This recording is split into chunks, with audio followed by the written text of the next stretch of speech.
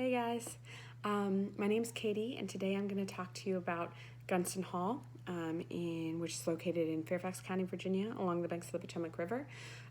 It is George Mason's family home, and for those of you who are not familiar with George Mason, he is a very influential statesman in Virginia during the Revolutionary War, and later on is an attendant of the Constitutional Convention, and is the writer of the Virginia Declaration of Rights, which James Madison uses in his writing of the Bill of Rights, the first 10 amendments to the Constitution. Locationally, as I said, Gunston Hall is located along the banks of the Potomac River, really only about 5 miles down the river from Mount Vernon, George Washington's home, and then 12 miles by car officially, according to Google Maps.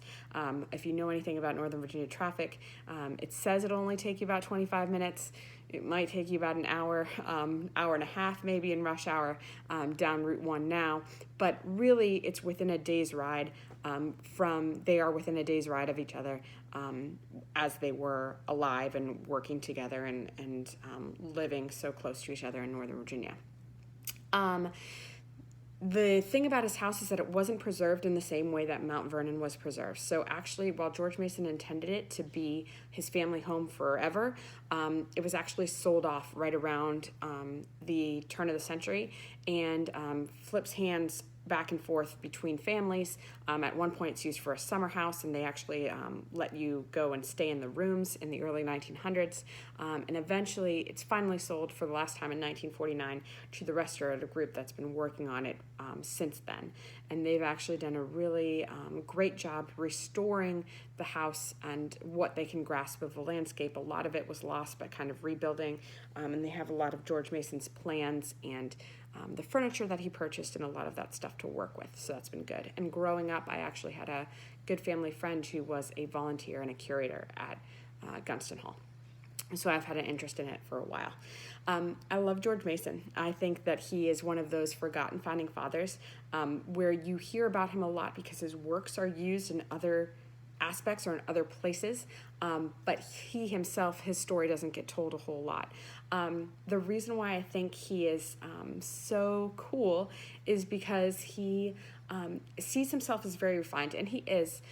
He wants very much to be like George Washington and kind of that level of Mount Vernon finery, and he works very hard to get there, but he still can't let go of some of that Virginia roughness, like that Patrick Henry Virginia backcountry roughness. And you can see that in George Middlecoff's book, in Robert Middlecoff's book, The Glorious Cause, where there's a quote from him railing against the Stamp Act, and when he talks about how this relationship between the colonies and Britain is just the same as a relationship between a parent and a child, but in this case the parent is being unfair towards the child. And so just drawing that metaphor and making it kind of that clear to kind of the everyday man is something that a lot of founding fathers were not that great at. John Adams, John Dickinson were not very did not speak very plain language, and George Mason does, and so that makes him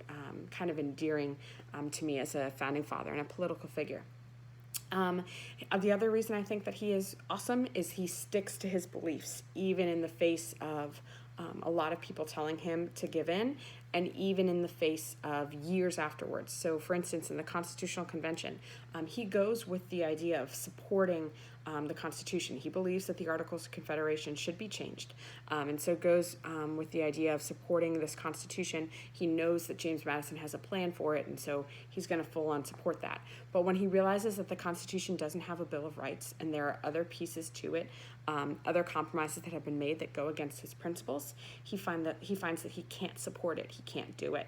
And he sticks to those principles even after the Constitution has been passed, even after the Constitution has been ratified, and when he is asked to be a part of the national government system under Washington and Hamilton, he says that he can't do it, which I think, despite what you might think about that side of things or what he thought of it, I think it's pretty clear and indicative of his character. Gunston Hall itself is important for many reasons. They do two things really, really well.